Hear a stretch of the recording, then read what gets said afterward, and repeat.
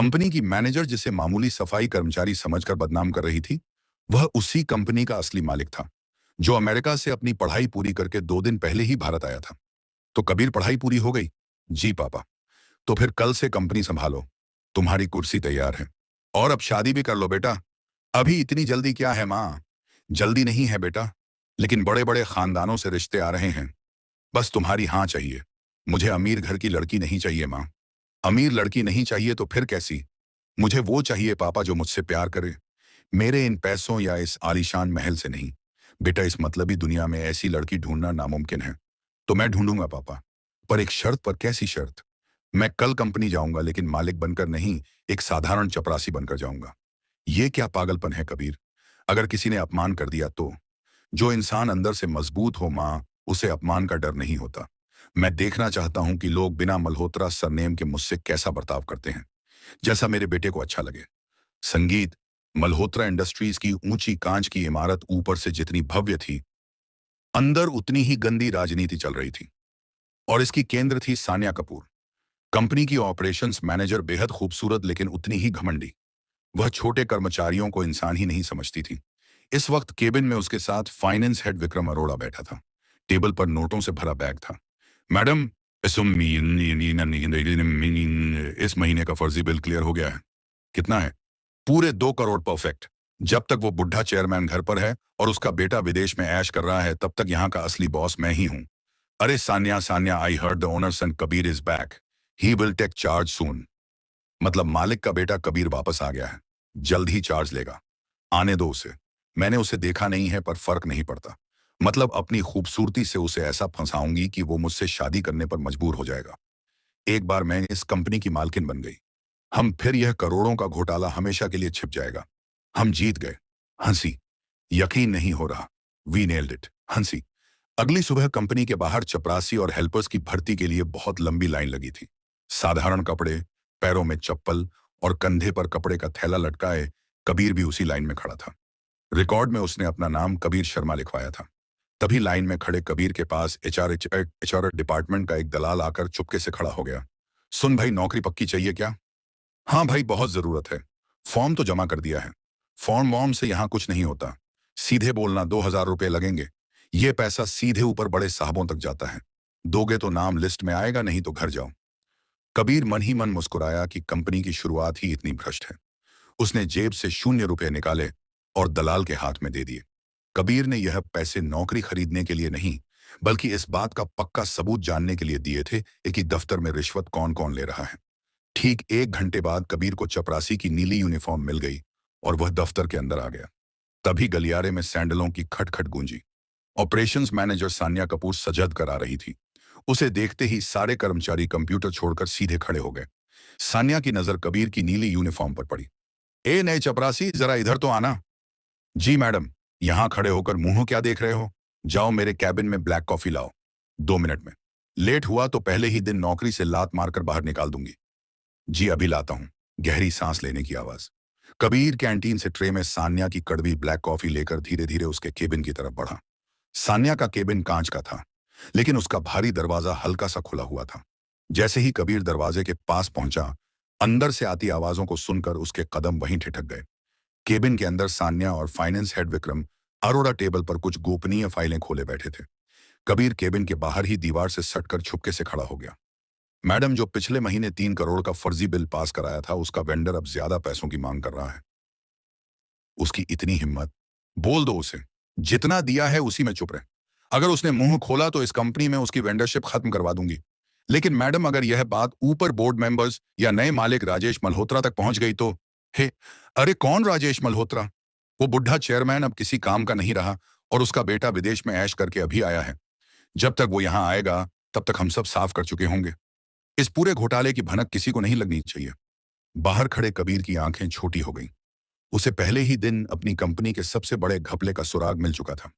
कबीर ने अपने चेहरे के भाव बदले। चेहरे पर वही डरे हुए गरीब चपरासी की मासूमियत लाई और ट्रे संभालकर केबिन का दरवाजा थोड़ा और धकेला। क्या मैं अंदर आ सकता हूं सर? तुम्हारी हिम्मत कैसे हुई बिना नॉक किए अंदर आने की? और इतनी देर क्यों लगाई? 2 मिनट बोले थे, यहां 10 मिनट हो गए। माफ कर दीजिए मैडम, वो कैंटीन में कॉफी बनने में थोड़ा थोड़ा वक्त लग गया। तुम कितनी देर से बाहर खड़े थे? किरी की कहिए अपर ये अरे कहते थे। जी, बस अभी अभी आया हूं मैडम। ध्यान से सुन ले चपरासी, अगर तूने बाहर खड़े होकर तो वह उसे यहीं भूल जाना। अगर तेरी जुबान से कैबिन की कोई बात बाहर निकली तो याद रखना, हर को भी नीलाम करवा दूंगी। तेरे पूरे गरीब व्यवहार को सड़क पर ला खड़ा करूंगी। समझा या नहीं? जी मैडम, मुझे तो कुछ समझ ही नहीं आता। मैं तो बस अपनी गरीबी दूर करने काम करने आया हूं। अब मुंह क्या देख रहा है? दफा हो यहां से। जी मैडम। जी। कबीर ने अपनी ट्रे उठाई, मन ही मन सान्या के इस घमंड की उल्टी गिनती शुरू की और शांत कदमों से केबिन से बाहर निकल गया। कबीर को चपरासी का काम करते हुए आज 3 दिन हो चुके थे। वह रोज सुबह सबसे पहले आता, सबकी टेबल साफ करता और फाइलें पहुंचाता। तीसरे दिन की दोपहर को कबीर एक भारी ट्रे में पानी के गिलास लेकर जा रहा था। तभी जल्दबाजी में भाग रहे एक दूसरे कर्मचारी से उसका कंधा टकरा गया। संतुलन बिगड़ा और फर्श पर सारे गिलास गिरकर टूट गए और पानी बिखर गया। वह कर्मचारी डर के मारे कांपने लगा क्योंकि सान्या का केबिन पास ही था। तभी पास की सीट से एक लड़की उठी, सादे कपड़े, शांत चेहरा। वह थी अनन्या, जो वहीं जूनियर एसोसिएट थी। अनन्या तुरंत नीचे झुकी और गिरे हुए कांच के टुकड़े समेटने में मदद करने लगी। कोई बात नहीं भैया, परेशान मत होइए, जल्दी में ऐसा हो जाता है। आप जाके दूसरा ग्लास ले आइए, मैं इसे साफ करवा देती हूँ। Thank you. सुनो, नए आए हो ना, क्या नाम है तुम्हारा? हाँ जी, कबीर शर्मा। आज तीसरा दिन है। I am Ananya. देखो कबीर, घबराना मत। यहाँ जो हमारी मैनेजर है सान्या मैम, वो बहुत सख्त और गुस्सैल हैं। तुम बस अपना काम ध्यान से करना। जी। अगर कोई कभी ज्यादा परेशान कर या कोई दिक्कत हो तो मुझे बताना। शुक्रिया अनन्या जी, आपसे मिलकर अच्छा लगा। कबीर को दफ्तर में पूरे 7 दिन यानी 1 हफ्ता बीत चुका था। इन 7 दिनों में उसने देख लिया था कि सान्या और विक्रम मिलकर कंपनी के फंड्स में बड़ी हेराफेरी कर रहे हैं। लेकिन आज कबीर सान्या के अहंकार की आखिरी सीमा को मापना चाहता था। दोपहर के वक्त सान्या केबिन में एक बहुत ही महत्वपूर्ण विदेशी क्लाइंट बैठा हुआ था। यह करोड़ों की डील कंपनी के लिए बहुत बड़ी थी। सानिया ने इंटरकॉम पर चिल्लाकर बटन दबाया। चपरासी, 2 कप स्पेशल चाय लेकर अंदर आओ। 1 सेकंड की भी देरी नहीं होनी चाहिए। इस प्रोजेक्ट का मुख्य लक्ष्य बहुत बड़ा है और हमारे नतीजे उम्मीद से बेहतर होंगे। जैसे ही कबीर टेबल के पास पहुंचा, उसने बहुत सफाई से अपने ही दूसरे पैर में ठोकर खाई और फिसलने का नाटक किया। अचानक जोर से सांस लेने की आवाज। That is very hot.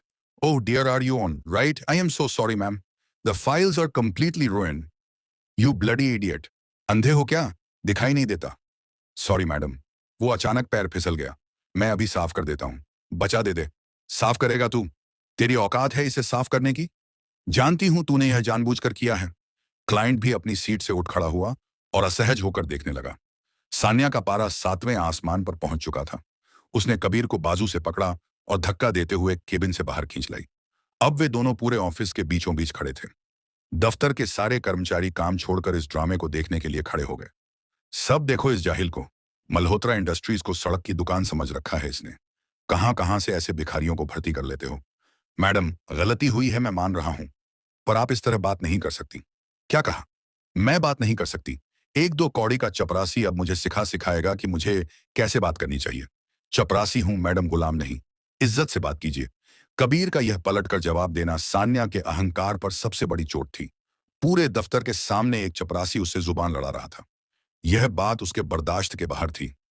How dare you speak to me like that? ये है तेरी इज्जत। अब बोलेगा कुछ? बिल्कुल सही किया मैडम आपने। इन लोगों के दिमाग खराब हो गए हैं। हाँ मैम, इसकी तो रीढ़ की हड्डी तोड़ देनी चाहिए। तमीज नाम की चीज नहीं है। बस कीजिए सान्या मैम। एक्चुअली अनन्या, तुम बीच में क्यों आ रही हो? क्योंकि जो यहां हो रहा है वो जुल्म है मैम। वो जुल्म है मैम। आप किसी पर इस तरह हाथ नहीं उठा सकती। जुल्म इसने मेरी लाख रुपए की ड्रेस खराब की, कंपनी की इतनी बड़ी डील खराब कर दी। ड्रेस की कीमत पैसों से चुकाई जा सकती है मैम, डील दोबारा हो सकती है, पर इस लड़के के आत्मसम्मान की कीमत आपकी उस ड्रेस से कई गुना ज्यादा है। आत्मसम्मान, एक चपरासी का आत्मसम्मान। तुम पागल हो गई हो अनन्या। इस रास्ते के भिखारी की वकालत कर रही हो तुम। ये भिखारी नहीं है मैम, ये हमारी कंपनी का एक कर्मचारी है और चपरासी होने से किसी का आत्मसम्मान खत्म नहीं हो जाता। अनन्या, तुम अपनी हद पार कर रही हो। मैनेजर से बात करने की तमीज भूल गई हो क्या? तमीज तो सान्या मैम भूली है विक्रम सर। हाँ, क्या किसी कानून की किताब में लिखा है कि बड़े पद पर बैठा इंसान छोटे कर्मचारी को थप्पड़ मार सकता है? मैनेजर हूं मैं इस फ्लोर की, जो चाहूं करूं, जो चाहूं करूं।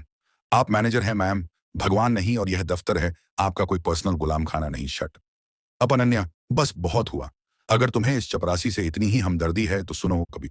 शर्मा, तुम अभी के अभी इसी वक्त दफ्तर से दफा हो जाओ। तुम्हारी नौकरी खत्म। और तुम अनन्या, अगर तुमने इसके खिलाफ एक शब्द और भी कहा तो तुम ही नौकरी से निकाल दूंगी। अनन्या जी बस आप कुछ मत बोलिए। पर कबीर ये गलत, no problem. Ananya ji, time will very quickly decide what is right and wrong. Kabir, Sangeet, ये तुम्हारे गाल पर उंगलियों के निशान कैसे? किसने हाथ उठाया तुम पर? क्या हुआ कबीर?